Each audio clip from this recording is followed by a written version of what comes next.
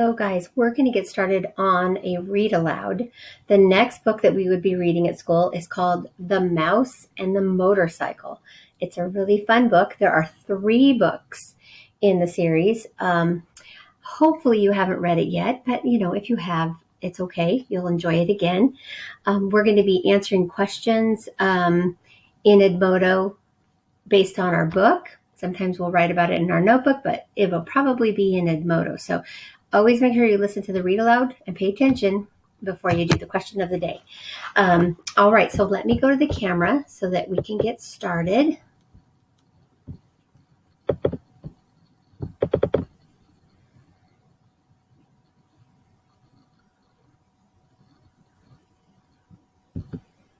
All right. Let's get my things out of the way here. Okay, so this is the book, The Mouse and the Motorcycle by Beverly Cleary. She writes a lot of fun children's books. It says, Ralph will take the ride of his life. So in looking at this front cover, if you haven't read this story, what do you think this story is going to be about? Obviously, there's going to be a mouse and there's a motorcycle, as in the title and the picture. But why does he have a motorcycle? Where did he get it from? How is he riding a bike? Let's find out. All right. Title page, The Mouse and the Motorcycle. Another title page, The Mouse and the Motorcycle. Here are the chapters we have. We have 13 chapters to read. All right, here we go. So this is a view of him looking from inside the wall out to the room. Keith, the boy in the rumpled shorts and shirt, did not know he was being watched as he entered room 215 of the Mountain View Inn. Neither did his mother and father, who both looked hot and tired. They had come from Ohio and for 5 days had driven across plains and deserts and over mountains to the old hotel in the California foothills, 25 miles from Highway 40.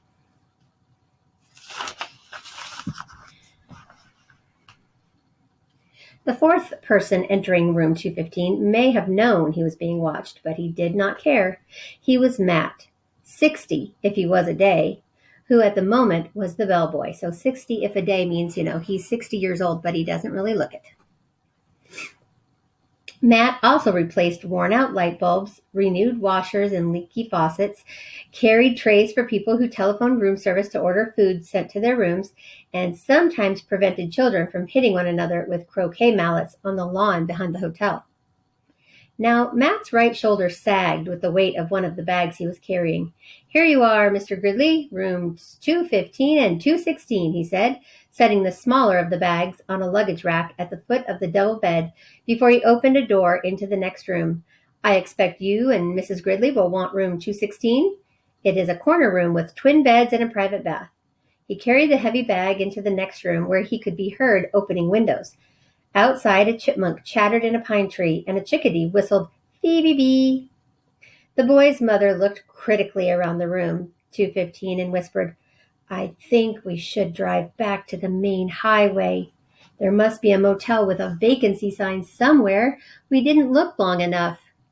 Not another mile, answered the father. I am not driving another mile on a California highway on a holiday weekend. Did you see the way that truck almost forced us off the road? Dad, did you see those 2 fellows on motorcycles? Began the boy and stopped, realizing he should not interrupt an argument. But this place is so old, protested the boy's mother, and we have only 3 weeks for our whole trip. We had planned to spend the 4th of July weekend in San Francisco, and we wanted to show Keith as much of the United States as we could. San Francisco will have to wait, and this is a part of the United States. Besides, this used to be a very fashionable hotel, said Mr. Gridley. People came from miles around. 50 years ago, said Mrs. Gridley, and they came by horse and buggy. The bellboy returned to room 215. The dining room opens at 6:30, sir. There is ping pong in the game room, TV in the lobby, and croquet on the back lawn. I'm sure you will be very comfortable. Matt, who had seen guests come and go for many years, knew there were two kinds: those who thought the hotel was a dreadful old barn of a place, and those who thought it was charming and quaint, so quiet and restful. Of course we will be comfortable, said Mr. Gridley, dropping some coins into Matt's hand for carrying the bags. But this big old hotel is positively spooky, Mrs. Gridley made one last protest. It's probably full of mice. Matt opened the window wide. Mice? Oh, no, ma'am. The management wouldn't stand for mice. I wouldn't mind a few mice, the boy said, as he looked around the room at the high ceiling, the knotty pine walls, the carpet so threadbare that many of its roses had almost entirely faded, the one chair with the adamascar on its back, the wash basin and towel racks in the corner of the room. I like it here, he announced. A whole room to myself. Usually I just get a cot in the corner of a motel room.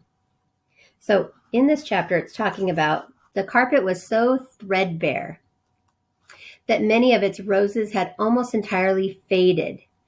So they gave us a context clue of what threadbare would mean. What do you think threadbare means? So when you see carpet that's threadbare, it means like it's so worn out that you almost don't even see the carpet anymore. You just see the weaving underneath and the pad underneath. It's so worn out. Okay. His mother smiled, relenting. Then she turned to Matt. I'm sorry. It's just that it was so hot crossing Nevada, and we are not used to mountain driving. Back on the highway, the traffic was bumper to bumper. I'm sure we shall be very comfortable. After Matt had gone, closing the door behind him, Mr. Gridley said, I need a rest before dinner. 400 miles of driving in that mountain traffic, it was too much. And if we are going to stay here for a weekend, I had better unpack, said Mrs. Gridley. At least I'll have a chance to do some drip drying. Alone in room 215 and unaware that he was being watched, the boy began to explore. So real quick before we turn, drip drying. What do you think that means? Drip drying. So that means she's going to wash some clothes in the sink and wring them out and let them dry, and they'll drip on the floor, but as they dry. So that's an old way of doing their laundry. All right. He got down on his hands and knees and looked under the bed. He leaned out the open window as far as he could and greedily inhaled deep breaths of pine-scented air.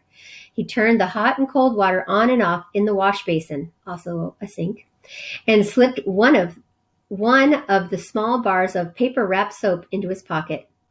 Under the window, he discovered a knot hole in the pine wall down by the floor, and squatting, poked his finger into the hole. When he felt nothing inside, he lost interest. Next, Keith opened his suitcase and took out an apple and several small cars, a sedan, a sports car, and an ambulance about 6 inches long, and a red motorcycle half the length of the cars, which he dropped on the striped bedspread before he bit into the apple. He ate the apple noisily in big chomping bites and then laid the core on the bedside table between the lamp and the telephone. Keith began to play, running his cars up and down the bedspread, pretending that the stripes on the spread were highways and making noises with his mouth. Vroom, vroom for the sports car, wee-oo, wee-oo for the ambulance, and pa-pa-pa-pa-pa-pa-pa for the motorcycle, up and down the stripes. Once Keith stopped suddenly and looked quickly around the room as if he expected to see something or someone, but when he saw nothing unusual, he returned to his cars. Vroom, vroom, bang, crash! The sports car hit the sedan and rolled over off the highway stripe. Ba-ba-ba-ba-ba-ba. The motorcycle came roaring to the scene of the crash. Keith, his mother called from the next room. Time to get washed for dinner. Okay. Keith parked his cars in a straight line on the bedside table beside the telephone, where they looked like a row of real cars, only much, much smaller. The first thing Mrs. Gridley noticed when she and Mr. Gridley came into the room was the apple core on the table. She dropped it with a thunk into the metal wastebasket beside the table as she gave several quick little sniffs of the air and said, looking perplexed, I don't care what the bellboy said. I'm sure this hotel has mice. I hope so, muttered Keith.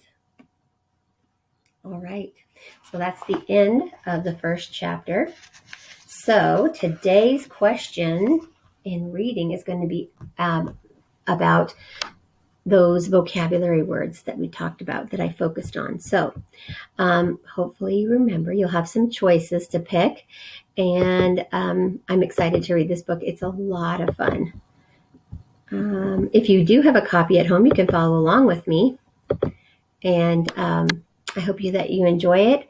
And don't forget to do your Edmodo reading question of the day now that you've heard the story, because you'll be able to answer the questions. All right, guys, thank you. And I will be excited to read again tomorrow.